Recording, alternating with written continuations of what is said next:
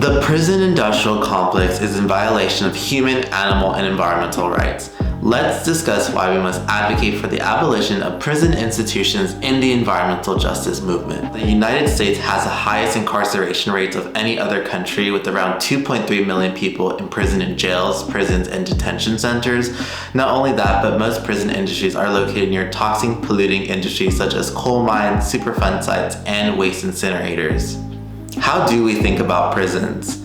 As someone who is delving deeper into abolitionist theory and interrogating my own power and privilege, it is important to note that abolition is not new to movements. Millions of people that are overwhelmingly black, brown, or poor are within these industries. Our criminal justice system is rooted in racism and white supremacy, thus fueling racial capitalism. Cedric Robinson, who coined racial capitalism in his book Black Marxism, The Making of the Black Radical Tradition in 1983, said the following: "Capitalism racism did not break from the old order, but rather evolved from it to produce a modern world system of racial capitalism." Capitalism racism, in other words, did not break from the old order, but rather evolved from it to produce a modern world system of racial capitalism dependent on slavery, violence, imperialism, and genocide. In California, for example, we see racial capitalism when it comes to wildfires. The fire camp program in 1946 continues to rely on 1,000 people who are in prison that are only paid $2 to $5 a day and an additional $1 to $2 when they are on the front lines. As the climate crisis continues to take a toll, black and brown inmates are more likely to be used on the front lines. When the pandemic first started, we also saw in New York when sanitizer sales spiked by 323%. That was being made by inmates, and yet they aren't even paid equitably. Time after time, we have seen the long-term exploitation of people who are imprisoned in these industries. Dorothy Roberts, who is a professor and social justice advocate, which you may know her by some of the following books listed above, has written countless books on gender, race, and class legal issues, shared how the US must endorse 3 theses when fighting for prison abolition. Number 1, today's carceral punishment system can be traced back to slavery and the racist capitalist regime it relied on and sustained. Number 2, the expanding criminal punishment system functions to oppress black people and other politically marginalized groups in order to maintain a racial capitalist regime. And number 3, we can imagine and build a more humane and democratic society that no longer relies on caging people to meet human needs and solve social problems. So who is the most affected by the prison industrial complex? African Americans are incarcerated in state prisons at 5 times the rates of whites, and black men face disproportionately harsh incarceration experiences as compared with prisoners of other races. Racial disparities are also noticeable with black youth, as evidenced by the school-to-prison pipeline and higher rates of incarceration for black juveniles.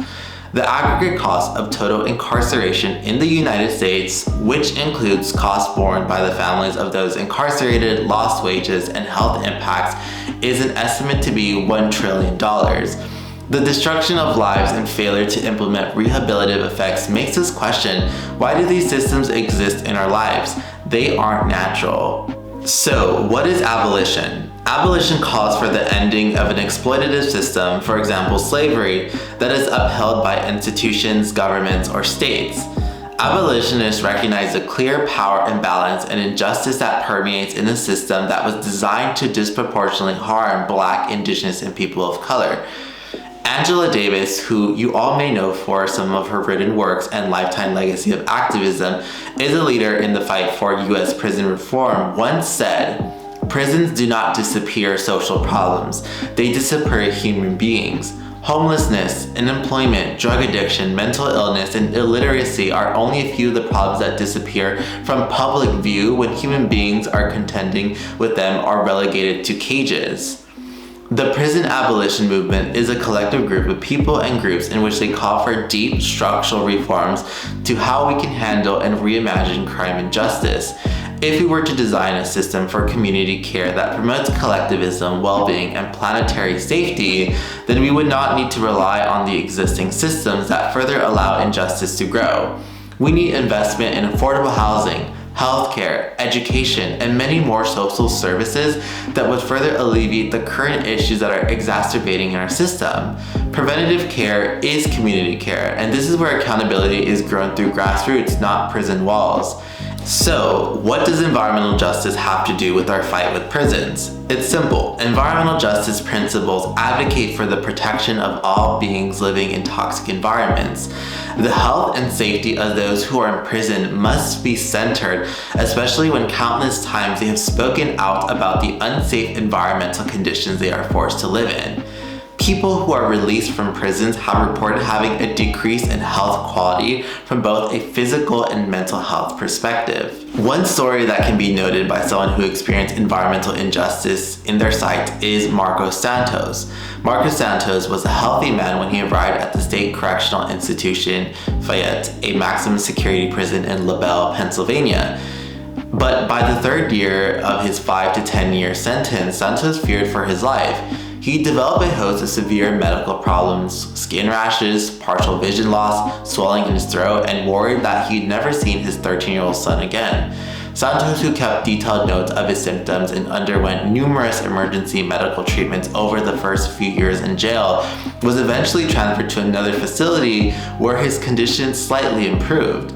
Meanwhile, back at SCI Fayette, fellow prisoners were experiencing similar health struggles, not just routine headaches, dizziness, and fatigue, but also respiratory illnesses, gastrointestinal tract problems, thyroid disorders, and cancers. Abolitionist Law Center, an organization who wrote a report on the case and detailed map of the toxic environmental conditions, pointed that the prison was right next to a coal ash dump.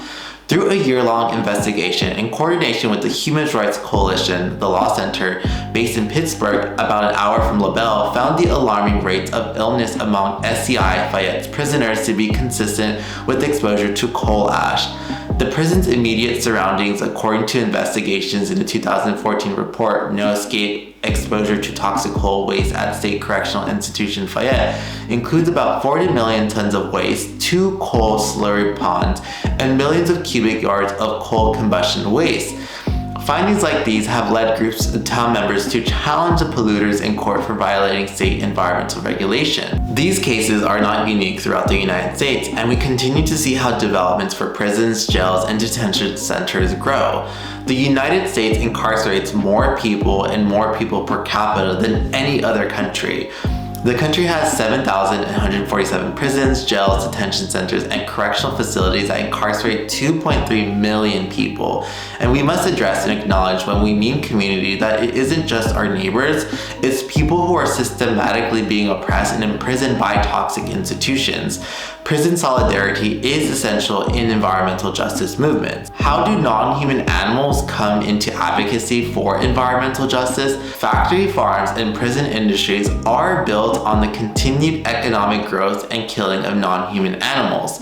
My veganism, as I see it, is one that is within total liberation, recognizing the oppression of humans and non-human animals are interconnected in the fight to eradicate exploitative systems. Prisons that are built in rural areas that own acres of land are prime spots for factory farms, which inmates are forced to work as slaughterhouse workers and kill innocent animal beings. And I truly believe that within the vegan movement, this can be achieved, however, not in the context of the dominant vegan movement that often rejects anti-capitalist, colonial, and imperialist frameworks. It is truly horrifying seeing how those who are imprisoned in the industry reject the idea of having to kill non-human animals and are forced to partake in the industrialized agriculture system that was designed by Western capitalistic ideologies. And it is no surprise that prison industries and industrial agriculture protect each other as they are both money machines. And this is why we must extend ourselves in solidarity with environmental, racial, and animal rights justice movements. But that can't be achieved until people are ready to unpack their own racist and speciest views. How do we see organizations building the gap between racial and environmental justice? Environmental justice organizations fighting against toxic prisons have been doing this work for years.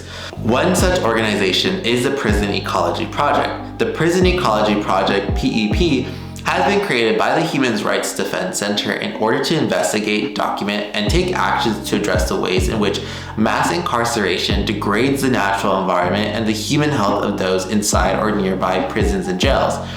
PEP partners with the Campaign to Fight Toxic Prisons on organizing and outreach. The Prison Ecology Project addresses issues such as the damage of sewage and industrial waste from overpopulated and underregulated prisons into waterways, threats to listed species by ongoing construction and operations of prisons in remote, environmentally sensitive rural areas, and environmental justice concerns regarding prisoners, staffs, and surrounding communities. No matter who you are, joining justice-oriented movements founded on grassroots momentum that amplify people who are imprisoned, organizers that have been advocating for prison reform, and reading books on abolition and environmental justice will allow us to further shape our understanding in this movement. If you learned something from this video, please make sure to like, comment, and subscribe, as this supports my work as an independent environmental creator trying to create free forms of education on here. In our next video, we will delve into the immigration and military-industrial complex.